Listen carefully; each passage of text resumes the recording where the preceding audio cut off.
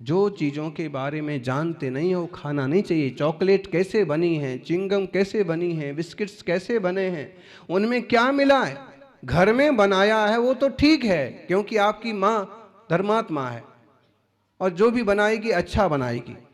लेकिन बाजार की चीज का पता है, इसलिए बाजार की चीजें खाना बिल्कुल बेवकूफी है। ये सब चीजें खाने की बजाय, इसमें पैसा डालने की बजाय काजू किशमिश खरीद सकते हैं, अपने जेब में रख सकते हैं, बादाम, अखरोट,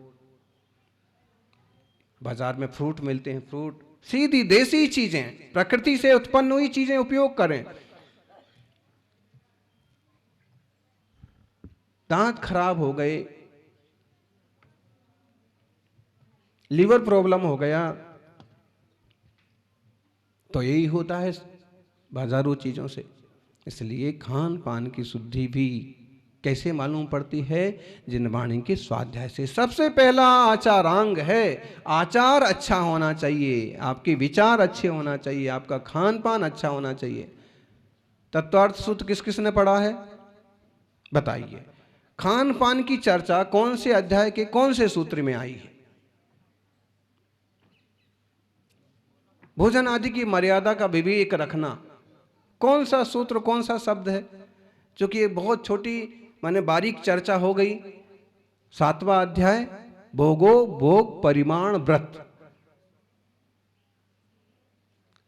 श्रावक की जब चारित्र की चर्चा आएगी ना, तो श्रावक के 12 व्रतों में, 7 शील व्रतों में भोगो भोग परिभोग, इसकी मर्यादा करना, इसमें आ गया कि आपको क्या क्या उपयोग करना चाहिए और क्या नहीं करना चाहिए। दिग्देशा नर्थ दंड व्रति प्रोस दो बासो भोग परिभोगा नर्थक ज्ञानी। ना एक नहीं, दिग्देशा व्रत नर्थ दंड व्रति सामायिक प्रोस दो बासो भोग परिभोगा नर्थक ज्ञानी। कौन से नंबर का है? जल्दी क्विक। 21 नंबर का सूत्र है। इसमें बहुत महत्वपूर्ण बात है कि मतलब श्रावक का आचार विचार कैसे होना चाहिए। पटाखे फोड़ने का आ रहा है मौसम, और कुछ लोग ऐसा बेवकूफ़ी का काम करेंगे कि इतने इतने पटाखे लाएंगे और आग लगाएंगे, 1000 10,000 रुपए की लगा दे। कुछ लोग तो ऐसे है ना कि खाना नहीं खाएंगे, पटाखे फोड़ेंगे। बिल्कुल गलत है, अनर्थ है ये, अनर्थ दंड का काम हो रहा है। पटाखे फोड़ने की क्या जरूरत पड़ी है? बोलिए, आप लोग तो कोई नहीं फोड़ते होंगे। कौन कौन पटाखे नहीं फोड़ते हैं? हाथ बताना। इतने सब पटाखे नहीं फोड़ते? बहुत अच्छी बात है, फोड़ते भी नहीं, फोड़ना भी नहीं। क्यों? क्योंकि भयंकर प्रदूषण होता है। कई बार तो जलाने वाले का हाथ जल जाता है, और कई बार अगर किसी गरीब की झोपड़ी पर उड़ के चला गया ना आपका रॉकेट, तो उसकी झोपड़ी में भी आग लग जाती है। दीपावली के समय या दीपावली के बाद आप देखना, सर्दी, खांसी, जुकाम, गला पकड़ना, सिर भारी होना, ये बीमारियां बढ़ जाती हैं। क्यों बढ़ जाती हैं? अभी कम हैं तो अभी भी डेंगू का प्रॉब्लम आ रहा, दीपावली के बाद इसमें और बढ़ोतरी होगी। ये भविष्यवाणी नहीं है। ऐसा इसलिए होता है क्योंकि पटाखों से जो धुआं निकलता है, इसमें से जो कार्बन निकलता है, उसमें से जहर निकलता है, बहुत खतरनाक होता है। बिना कारण की आंखें सूज जाएंगी, बिना कारण के आपको भूख लगना बंद हो जाएगा। इससे होता है, जहर से होता है।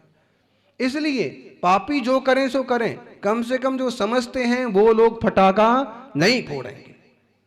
जितने में हमें पटाखा फोड़ना है, उसके एवज में हम किसी को भोजन करा देंगे, गरीबों को लड्डू खिला देंगे, किसी गरीब बच्चे को किताबें दिला देंगे, या हम अभी जोड़ के रख लेंगे रुपया, जरूरत पड़ेगी हम वहां अच्छी जगह उपयोग कर लेंगे। पटाखे नहीं फोड़ना है, संकल्प हमेशा के लिए। कौन कौन नहीं फोड़ेंगे पटाखे? कम से कम जो आवाज करते हैं, शोर करते हैं, वो फटाके नहीं फोड़ना। अगर मन नहीं मानता है तो वो आती ना फुलझड़ी, बस एक आध फुलझड़ी, ठीक है, बहुत अच्छी बात है। बाकी आप लोगों को तो और ज़्यादा सिखाने की क्या ज़रूरत है, इतना तो जानते ही हैं कि हमारे द्वारा किसी को तकलीफ ना हो, हैं। गौशाला में जाएं, गायों को चारा खिलाएं। हमें पता है कि इधर गरीब लोग बैठते हैं, भिखारी आते हैं, अपने पास कुछ अच्छा खाने की चीज़ें हैं, घर से लिया और सबको थोड़ा बांट के आ गए। ठंड का मौसम है, कई सारे लोग ऐसे हैं जो ठंड के मारे परेशान होंगे। हम कुछ नहीं कर सकते तो अपने पुराने कपड़े ही किसी सामान्य आदमी को दे दें कि भाई ले, ठंड में क्यों परेशान होता है, ये कपड़े ले जा। कई लोग ऐसे होते हैं जोड़ जोड़ के ढेर करके रखते हैं। आपकी मम्मी के पास कितनी साड़ियां हैं? नहीं बता सकते आप बताओगे तो घर जा करके लेकिन मम्मी के पास, पापा के पास, काका के पास कितने सारे कपड़े हो जाते हैं कई बार, और वो यूज नहीं कर रहे हैं। उनका मन भी बन गया है कि ये साड़ी अच्छी नहीं लगती है, अब यूज़ नहीं करना है, ये वाला सूट अच्छा नहीं लगता, अब यूज़ नहीं करना है। वो कभी रात में, कभी एक आध दिन होली पर पहनेंगे, ऐसा कुछ भी सोच सोच के और पेटी में भर भर के रखते हैं। इससे अच्छा यही है कि परिग्रह इकट्ठा करने का, क्लेश करने की बजाय कोई ऐसा दिखा आपके आसपास काम करने वाला, कमज़ोर वर्ग का व्यक्ति दिखा, परिचय का व्यक्ति दिखा, अपने रिश्ते में ही कहीं कोई ऐसा दिखा तो बड़े सम्मान के साथ कि भाई ये आप ले लीजिए, आपके काम आ जाएंगे।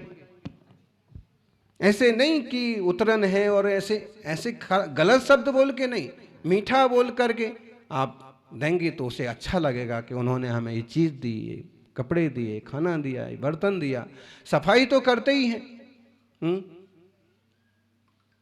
रद्दी वाले से भी लोग ना, रद्दी वाला आपकी रद्दी खरीदता है और उसमें भी उससे चाहते हैं कि 5 रुपये उससे ज़्यादा मिल जाए।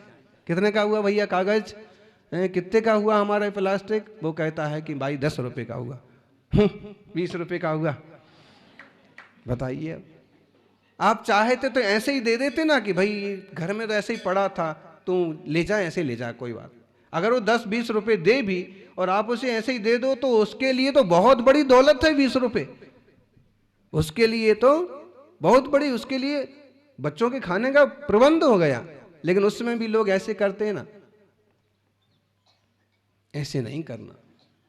बच्चे तो समझदार हैं, बड़े भी समझदार ही हैं, लेकिन दिखना कैसे व्यापार करते हैं। दीपक लेने जाएंगे, दीपक वाला कहता है कि 2 रुपये का दीपक है। 2 रुपये का दीपक मिलता है, मान लीजिए मिलता भी है। कभी कभी होता है ना, बहुत कमज़ोर परिवार जो दीपक बनाते हैं और 2 में बिक जाए, 3 में बिक जाए, उनका मतलब रहता है कि बिक जाए। थोड़े से जो परफेक्ट पार्टी होती है उनका पक्का होता है कि 5 रुपये में मिलेगा भाई, 7 रुपये में। क्यों? क्योंकि उसके पास है, थोड़ा सा है, खाने पीने का इंतजाम है, तो डरता नहीं। और जो सामान्य साग भाजी बेचने वाले आते ना सिर पर लेकर के, बाजार में आपको 50 रुपये किलो मिलेगी वो साग, वो कहता 40 में ले लो, 30 में ले लो, अंत में बाई जी बोलती नहीं 20 में दे दो, कभी वो 20 में भी दे देता। क्यों? उसकी मजबूरी रहती है कि कुछ बिक तो जाए और कुछ खाने का इंतजाम। मजबूरी का फायदा नहीं उठाना चाहिए। तो घर घर बेचने वाले होते हैं, यूं गली मोहल्ले से लोग निकलते हैं ना, वैसे ही उनके पास जो चीज़ होती है एक लिमिटेड होती है, कभी कभी 2 दर्जे की भी होती है, लेकिन उसकी चीज़ को भी दोष मत दो और उसका मजाक भी मत बनाओ। अगर कोई इच्छा है तो हम ऐसे सहयोग कर सकते हैं, जब दिख रहा है कि गरीब आदमी मालूम पड़ रहा है तो अब हम ऐसे 100 रुपये दें, इससे अच्छा है कि उसकी कुछ चीज़ खरीद लो और जिस भाव में देता है 1 रुपया ज़्यादा दे दो उसको। हेल्प की हेल्प हो गई और उसका मन भी खुश हो गया, उसको व्यापार करने की भी प्रेरणा मिली। दीपक बेचने वाले हैं, जरूरी थोड़ी स्टैंडर्ड दुकान से ही खरीदो। कपड़े खरीदने के लिए हम ब्रांडेड दुकान पर ही जाना जरूरी है?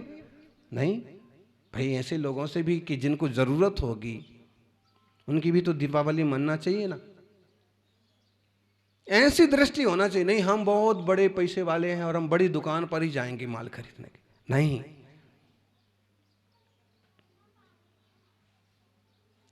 छोटे लोगों की भी हेल्प करना, ये जिनवाणी सिखाती है सब।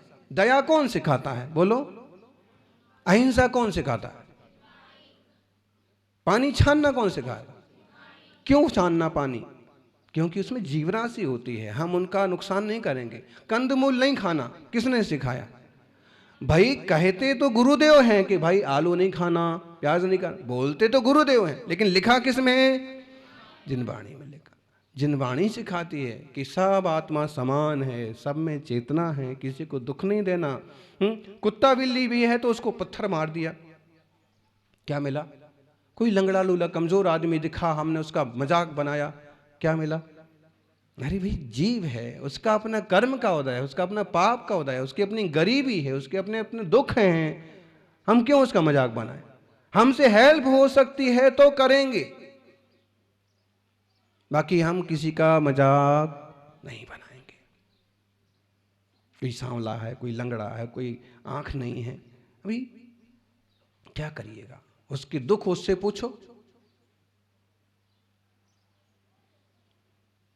हम सभी सौभाग्य से मनुष्य हैं, आत्मा तो शाश्वत है, लेकिन हमें गति कौन सी मिली है? मनुष्य गति। हम मनुष्य गति के जीव हैं। हमारी कितनी इंद्रियां हैं? 5 पूरी इंद्रियां हैं। हमारे पास मन भी है। अब इससे हम चाहें तो मनन कर सकते हैं, चिंतन कर सकते हैं। देखना जीवन कैसे बदल जाता है। कुंद कुंद स्वामी एक जमाने में, पिछले जमाने में, पिछले जन्म में क्या थे? ग्वाला का जीव था। ग्वाला क्या करता है? गाय चराता है, बछड़े चराता है। वो बेचारा बच्चा था, वो तो लो जाओ गाय चराओ। वो भी खुद की गाय नहीं, सेठ जी की गाय। लेकिन तभी उसको जिनवाणी का एक शास्त्र मिलता है। कहाँ मिलता है? पेड़। उसको आश्चर्य हुआ, आसपास के सारे पेड़ जल गए, लेकिन ये पेड़ क्यों नहीं जला? पास में जाके देखा तो उसमें जिनवाणी, कुछ कागज बंधे हुए रखे हैं, कुछ ताड़पत्र हैं। उसने विचार किया, कुछ लिखा है। तभी सेठ के घर एक मुनि आहार के लिए आए और वो शास्त्र उनको भेंट कर दिया, दान कर दिया। मुनिराज शास्त्र पाकर के बड़े प्रसन्न हुए, जिनवाणी का स्वाध्याय करेंगे, वो देकर के प्रसन्न हुआ। उस उतने से शास्त्र दान का फल कहिए, पढ़ना नहीं आता था उसे तो सेठ जी ने बताया था कि भाई इसे मुनिराज पढ़ते हैं, तो मुनिराज को दान कर दिया। उसका फल क्या हुआ? क्या मिला फल? अगली भाव में कुंद कुंद जैसे महान ज्ञानी आचार्य बने।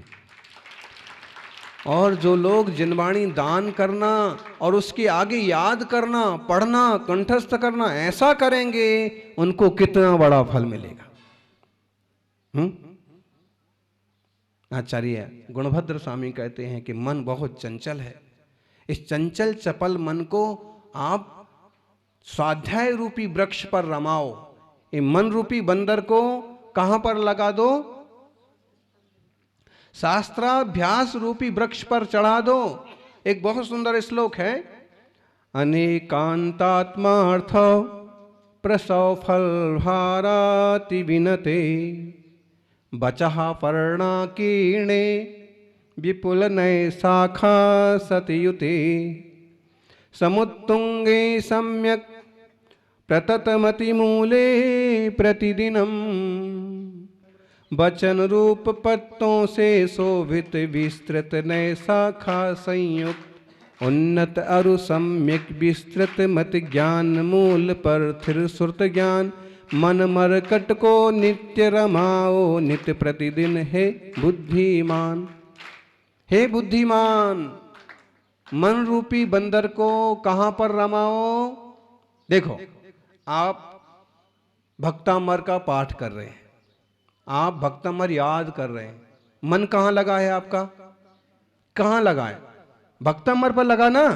भक्तामर में किसकी भक्ति है? आदिनाथ भगवान की, 24 तीर्थंकर की। किसने लिखा है भक्तामर? जब आप भक्तामर पढ़ रहे हैं, जब आप शास्त्र पढ़ रहे हैं, तो आपका मन कहां लगा है? उसी पर लगा है। पुण्य हो रहा है कि पाप हो रहा है? पुण्य हो रहा, अथाह पुण्य हो रहा। अगर इस मन को आप यहां ना लगाते तो मन कहां लगता? कहीं खेल में, किसी पिक्चर में, किसी तमाशे में, या मोबाइल के किसी गेम में।